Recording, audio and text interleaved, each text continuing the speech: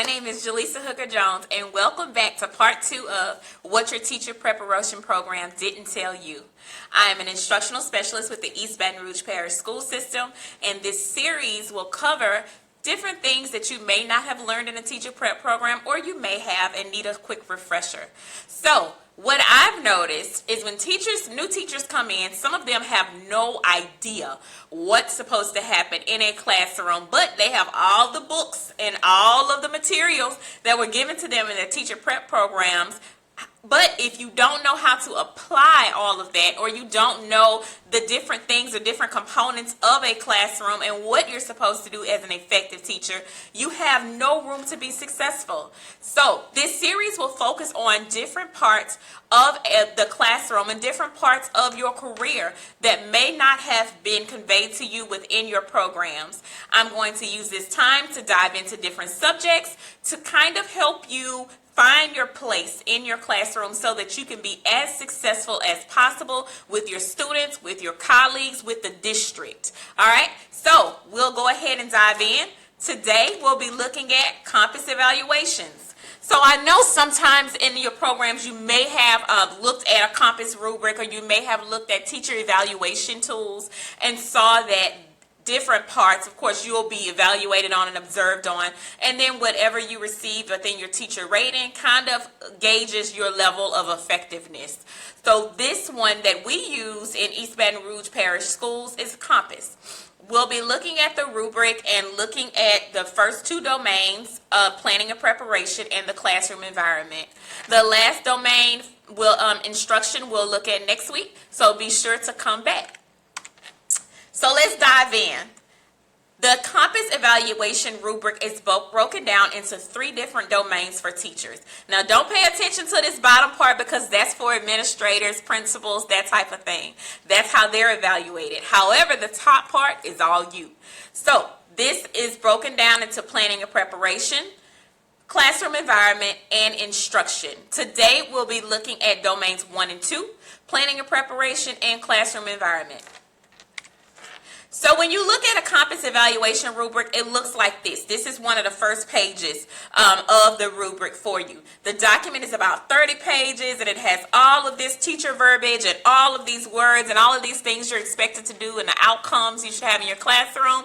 But when you think about what that actually looks like, that's what we'll be looking at today, and I'll be breaking that down for you. So, planning and preparation is setting instructional outcomes. What do you want the outcome to be of your class? What can students expect to gain from your class? How did you plan in a way that is effective for student success?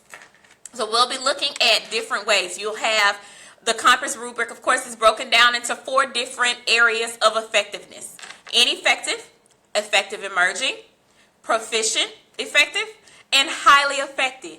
You always want to aim for highly effective. You always. So we'll look at when you're planning and when you're getting ready for your lessons, always look at the highly effective column and make sure that your planning and preparation reflects the things that are within that column. So these are critical attributes for a highly effective teacher or for a proficient, emerging, or ineffective teacher. All right, we kind of want to stay away from that ineffective area. Effective emerging is not bad. That means you have some things that you need to work on. It may be some things that, are small details that you didn't look at. So if you get something that's in a 2 range, because we kind of divide this up into 1, 2, 3, and 4, you don't want to necessarily say, okay, I got a 2 in that area, I'm horrible. No, that means we start a little bit, but you need to dive deeper so that you can reach proficient or highly effective. So these are just some critical attributes of what planning and preparation looks like within a teacher's classroom. So you, of course, are able to make connections. We see differentiation in instruction. We're able to look at the framework of your curriculum and see the alignment between the state standards and what the students need to achieve and what you're delivering to them within your class. It needs to be rigorous. It needs to be the right content. It needs to be taught in the right context so that the students are successful, and we see that in highly effective classrooms. So possible examples: Teacher encouraging students to set their own goals. Telling them what do they want to gain out of the lesson. What goals do they have for this lesson? Providing them taxonomy of challenge verbs to help strive for higher expectations. Students being able to develop a concept map that links previous learning goals to what they're currently working on and even future goals, all right? You want to be able to see that your students can make those connections between prior knowledge and also what they can develop later or things that can go a little further. So what we want to be able to see that. And of course, students identifying additional learning. What else can they do to solidify what you're teaching them, to solidify those standards, and to make sure that they master those concepts? We want the students to make the connection. We know you can do it. You've had your degree, you're an expert in your content area, but being an expert, your students need to be able to see that, and the students need to be able to communicate, not so much teacher talk, but student taught and student led lessons and assignments and preparation. All right, so we want to see that in the classroom. So how does highly effective planning and preparation look? It looks purposeful, developmentally appropriate, and differentiated. Guys, this is huge. Everything you do needs to be differentiated. It needs to be to where those students who may not learn by you lecturing. Me? Can't learn while somebody's just talking to me? No, can't do it. Gotta have some visuals. I gotta have something going on. And then I want a project-based learning example. I want something that I can put my hands on. All right? So I'm in that category. How are we reaching each one of those type of learners? A variety of learning techniques. You have a toolkit of literally stuff that is just all over the place, but still aligned with the goal of the lesson. Technologies incorporated in planning to maximize student understanding. Students aren't just on a computer, but they're using the things the lessons that are within Edulastic, the things that are within Kahoot, the different types of tools you can use in your classroom, a Jamboard for discussion, all of that to maximize their understanding. They're able to communicate and convey it, and you have that within your planning. We can see that those kids can make those connections because you have taught them how to do that, and you are reinforcing everything that you're teaching. So make sure it's purposeful. Make sure it's cohesive. If you have kids in a hybrid and a virtual setting, which is what we're doing now. We have some kids that'll be 100% virtual. We have some kids that'll be coming back or that are already back, and they are going to receive that face-to-face instruction. But are virtual students getting the same thing that our students face-to-face are getting? Can we see cohesiveness across your plans? Can we make sure that we have that connection and everything is flowing? And if you have, an activity that may be small group, it's been modified to where you're using breakout groups in Google Meet. How can we make sure that it's cohesive to where everything is flowing together? And then are you visible and accessible with your cohesiveness? Can your student in a virtual setting raise their hand and ask a question the same way one does face-to-face? We want to see that cohesion within your planning, that your kids know that I'm here to ask questions. I'm here to provide assistance, but I'm going to let you facilitate your own learning. All right, and then classroom norms and expectations are posted. The virtual students know as well as your hybrid students that it's going to be the same type of setting. You cut up, you got a consequence. All right, we talked about this last night in my class. I'm a student at Xavier University, and I'm working toward my doctorate in educational leadership. And one of the things we discussed was how leaders had to put out, or teachers had to put out, what exactly their rules and their regulations and their procedures and their norms were for a virtual setting. That's important, y'all. I'm not one to say I know that discipline can drive instruction, but when discipline is neglected, instruction cannot take place. All right? So we have to make sure that our students know our procedures, our norms are posted, our expectations are posted. Glen Oaks High School received a letter from me, or a flyer, I could say, that has 10 different things that should be posted in Google Classroom. The norms and expectations. They could have posted that whole thing right there in their Google Classroom, and it gave parents, An awareness of what was expected. It gives the students an awareness of what was expected, and it keeps things in line. That's also available on my website, so go check it out. If you want to make something similar, or if you just want to take mine, that's fine. It says Glen Oaks High School, I think, at the top. But you can kind of get a model of what I mean by having those norms posted and having that stuff available so that people know exactly what to expect in your class. All right, and lastly, organize. I am a square when it comes to organization. I am very much organized, and I believe that that is one of my strong suits and what has made my classes successful.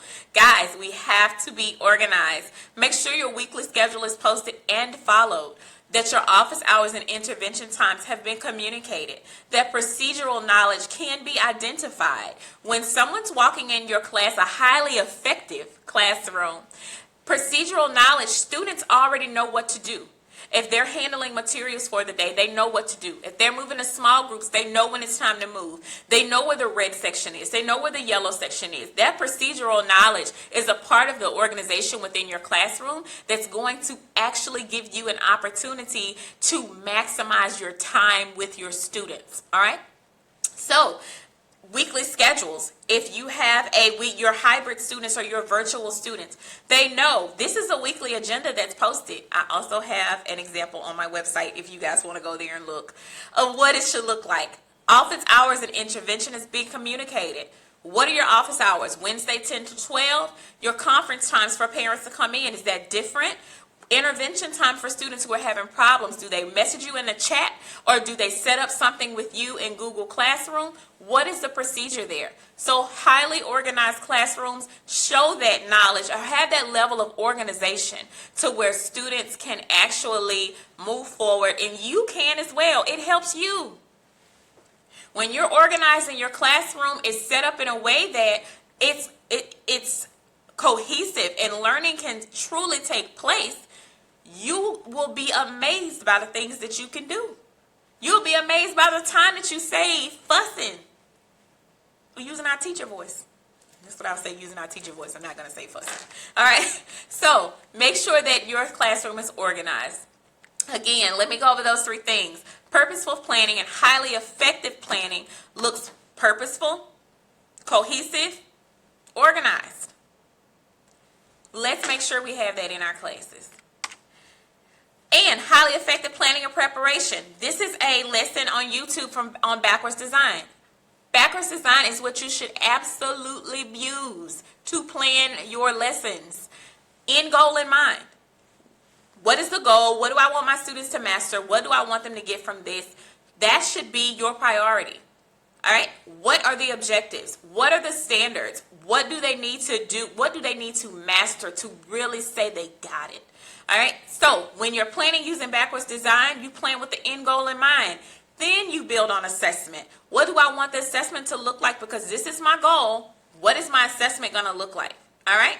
So you build with that assessment. The next thing you do is you set up your activities based on that. All right? You're going to say these are the activities that we're going to have, and everything is aligned. I'm not giving them a lesson I'm not giving them an activity that is completely irrelevant to the lesson because I like the video on YouTube. It's a waste of time. We're making sure that we maximize instructional time, and that whatever the learning goal is, those activities align, those assessments align, we're using content that aligns, all of that. So this is a really good guide on how to plan using Backwards Design, and I will post that link below so that you will have the link to the video. Second domain is the classroom environment. This component talks about managing classroom procedures. So you'll look at the management of groups, transitions, materials and supplies, non-instructional duties. All of that will be covered in this domain. So indicators include smooth functioning of routines, little or no loss of instructional time, students carrying out routines, not teachers, not teacher talk, but students playing the role in carrying out routines, and students knowing what to do, where to move, and what it should look like in that classroom.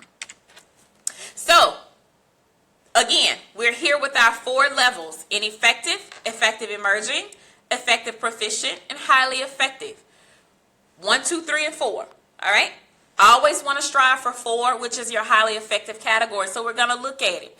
Instructional time is maximized. Students contribute to the management of groups, transitions, and handling materials, and routines are well understood and initiated by students. So what are critical attributes to this? Again, we're looking at students taking the initiative, students ensuring that everything with transitions, with materials, all of that flows smoothly, and students are using the time that they're giving to be productive, not having side conversations. They're actually moving along to their groups, and they're using that time to do the work that you gave them.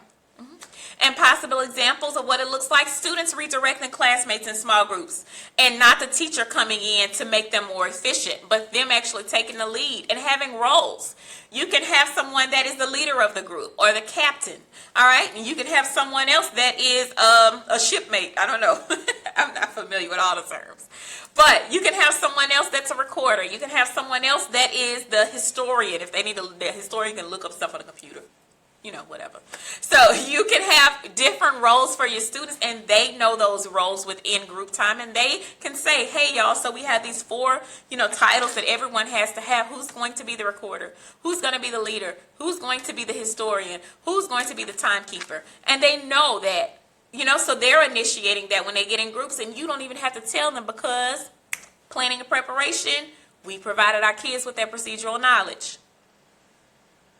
Y'all, it all goes together. All right? So that makes a cohesive classroom. Again, it all goes together. So a student reminds classmate of the roles they want to play. A student redirects them. Students proposing an attention signal to speak. They can say, we're raising one finger if I have a question. So that's what that looks like. And students independently checking themselves into class or into their small groups. So how does a highly effective classroom environment look? Little to no loss of instructional time. Minimal redirecting. You might have to redirect them here and there and say, all right, guys, go ahead and assign your groups. But that's minimal. That's not saying the group titles are. The group positions are. Because you've had that procedural knowledge back in Domain 1. And the kids spent time on procedures when they came into your classroom, so now you don't have to spend time doing so much redirecting, right? Student-led transitions too. Students distribute and collect materials, and students know where to go and what to do. Functional groups. Students know group procedures and routines, because we've established that back in Domain 1 and planning and preparation, and we spent the beginning of the year letting students know our procedures, letting them practice our procedures, so when we come in and we're getting evaluated and we're getting observed, our students already know. Word to the wise, take that first month and really, really hone in on procedural knowledge. It will make your class flow smoothly. However, I'm going to talk about that in a later video when I talk about discipline. So, look at that in your student groups. They know their routines, they know their roles, they can redirect each other, and they have minimal off-topic conversations. I said minimal because you're not going to find a way to make them not have off-topic conversations unless everyone doesn't get along. Just being honest. So what does a highly effective classroom environment look like? Videos here, all right? So you guys are I'm going to drop this link, this highly effective English class. I love her transitions. Everything is student-led, and this teacher is literally a facilitator. This is high school English, so I know my elementary students, my elementary teachers are like, oh, I couldn't necessarily have a transition like that. Yes, you could. Those kids are easier to influence than high school kids because they're still at the people-pleasing stage. So when you tell them move to groups, they're going to move. You tell them minimal side conversations, they're going to have minimal side conversations because most elementary kids are small kids want to please the teacher. So you can do this in your classroom as well. That's all I have for today. If you have questions, meet me in my Google Classroom. Every Wednesday from 10 to 12, I'm in my Google Classroom, and this is the link. I'll drop the link below as well so that you can meet me there if you have questions, if you need my help, if you need me to come to your school, if you need me to sit down with you to kind of go over some things, or two, if you want me to come in and see what it looks like and how you can make changes before your observation. I'm your girl. I'm going to do that for you. Just let me know what you need me to do, and I'm there. All right? Have an awesome week. Until next week, be safe. Wear a mask. I have my mask here. I'm not wearing it right now, but this is actually my son's mask for one of my little kids, whatever. But it's the only one I had today. So be safe, wear a mask, and I'll see you next week. Bye.